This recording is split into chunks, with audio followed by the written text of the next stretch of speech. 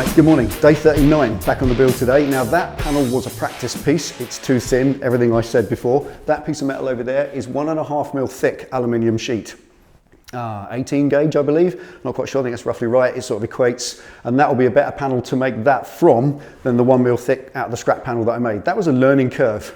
To see what I did there. It was a learning curve to see how the metal reacts to manipulation, whether it cracks or splits, how it moves, and how to move it where you want it. And I learned a great deal from that. So that was well worth it, even though it was costly in putting that piece of aluminium into just a practice piece that's probably going to go on the wall. That piece there hopefully will go on the bike when it's done permanently, and I can drill it, bolt it on, and do everything else. But before I go anywhere else, I've obviously got to anneal that. That's got to be annealed so it's soft, because 1.5 mil thick is far too thick to just hammer it and bend it. It will be far too resistant. Obviously you've got to make it soft because you could crack it. So I'll show all that in a minute, how to anneal it, make it nice and soft. But before even that, I want to put the plastic panel in underneath there and trim it up so it matches the new frame. That's going to be today.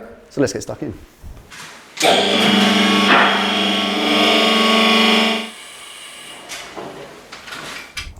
Right, first thing, measure up the raw material that I need. So I cut out as little as possible. That piece of metal was 26 pounds for a sheet that's 750 by 500, 26 pounds posted. That's half the actual cost of it, but there it is. There isn't a stock holder anywhere near me, so I want to use that as sparingly as I can because it's ever so expensive. 20 inches that way, 14 that way. So I reckon we'll go 22 by 16. That will give us a piece that will definitely make that.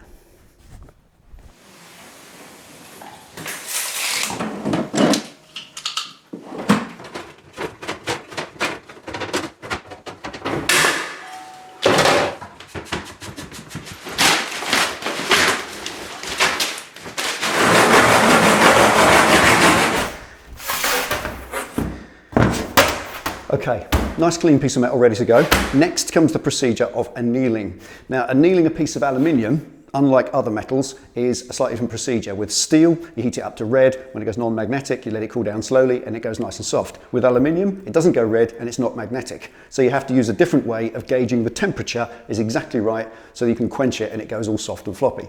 So with this, I'm going to cover it with soot. As a temperature guide, just cover it with black soot from a candle flame. If you're posh, you can use an acetylene torch, but I haven't got one. So I use a candle flame, make it all black. When all that burns off, all that soot burns away with the blowtorch, then I'll cool it right down, quench it underwater, and then it'll be all soft and floppy like a piece of lead. And hopefully I might be able to wheel it into shape only without hammering it. Might need a little persuasion here and there, but mostly what I'd like to do is just wheel it into shape purely, so it's not got all those hammer marks in and it's a lot smoother and a better finish than the last one. So wish me luck, let's see how it goes. Let's get a layer of soot over it first.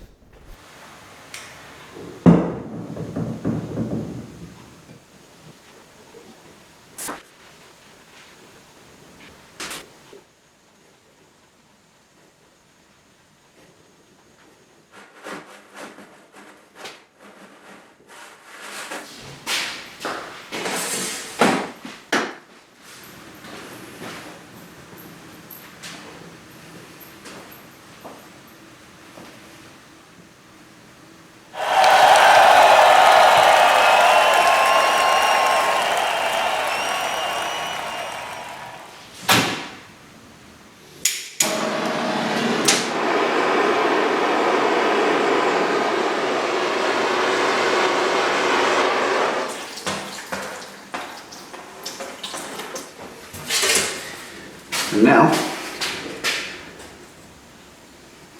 it's all soft. Let's get busy.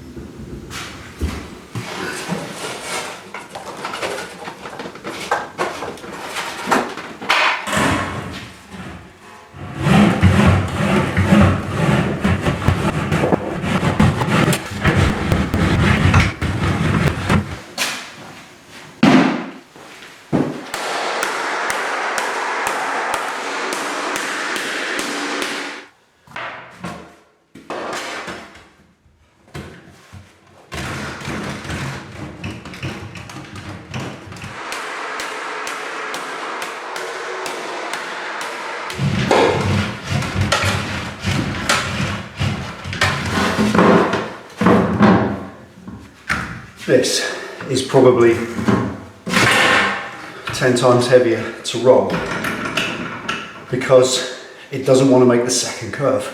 It will make one curve, it will roll into a tube, but then turning it 90 degrees and asking that tube to expand into a sphere. That's where it starts to refuse. And it ain't because it's not soft enough, it's soft as you like, it's moving everywhere. It's just moving that metal, squeezing it and thinning it out and then thickening it up. I've got to shrink it as well. This is way more challenging than the 1mm.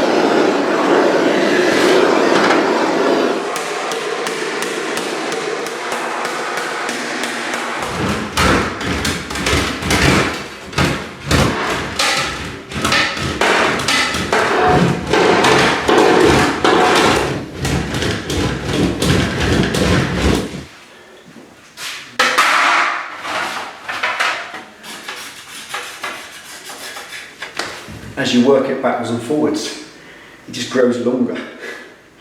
It's quite bizarre. Every time I measure it against the job, it's grown because you're laying it thinner. So I guess it's stretching.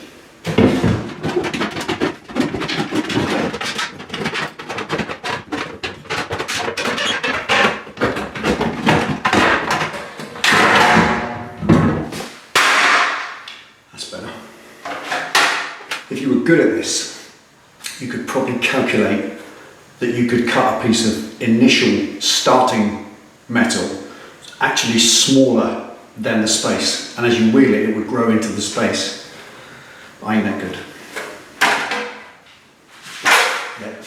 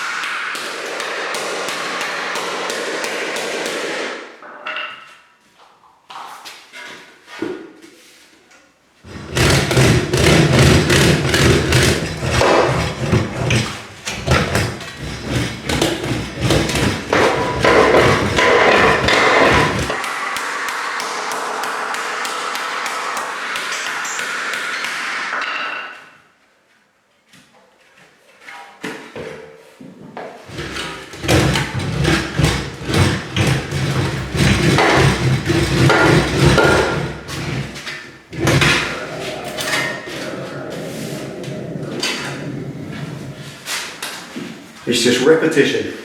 Hammer it, wheel it, trim it until it's done.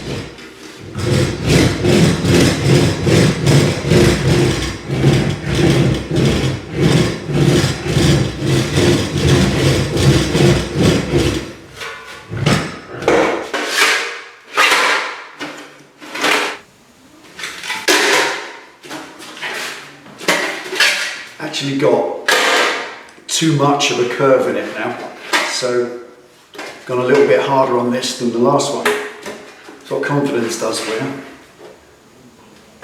Easily bent out and relax those.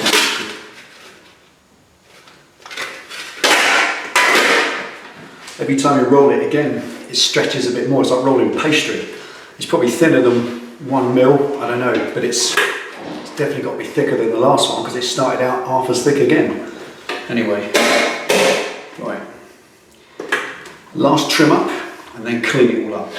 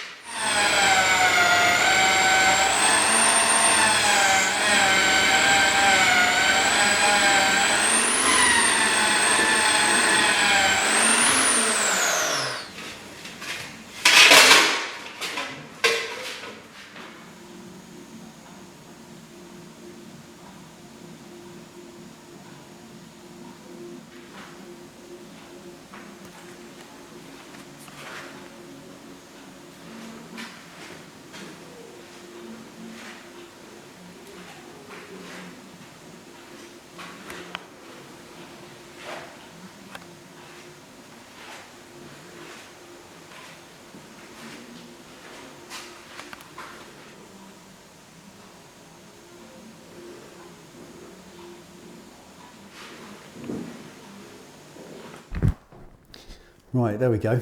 Now, I don't mind saying, I am proper proud of that. As you can see from the line of it, I've actually put more curvature into the hump itself. It's got a bigger bulge at the back that actually now almost perfectly mirrors the tank. The tank starts in a leaning down stance and then it comes up, back and curves down, and that's the same as this. I've got the front of it leaning slightly down and then up and down at the same angle as the tank. Now that is a happy accident. I just wanted a seat hump, but to get it like that, to match the tank, absolutely superb. Now polishing it, that's just a bit of fun. This is still going to stay rat rod. I'm only polishing it so it looks different to the other one. I must show you the other one. As you can see, it is flatter in that curve than this one. And that is probably a result of the practice. I think the value in doing a practice piece, put in 6 or 7 hours, 8 hours, I'm just looking at the board, 8 hours into a practice piece gave me the ability to know exactly how to put more curvature into this. You use the hammer, just beat more into it, just beat that piece out from the inside and then wheel it to smooth it. And in the end, you realize it's just a procedure, a 3-stage procedure. Beat it, wheel it and trim it, because obviously as you start to wheel it, it's like pastry.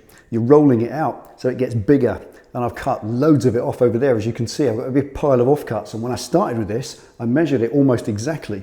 Now, it started out 1.5 millimeters thick. It clearly isn't that thick now, but it's definitely going to be thicker than the original practice piece. So I'm very happy with that. That's the finished piece for this tail hump.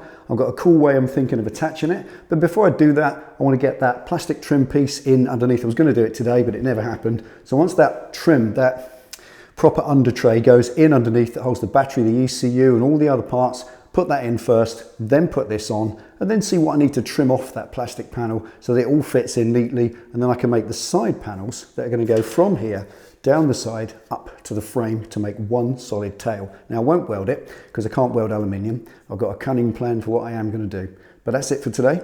Thank you for watching. Thank you for all your amazing support. Take it easy, ride safe, and I'll see you next time.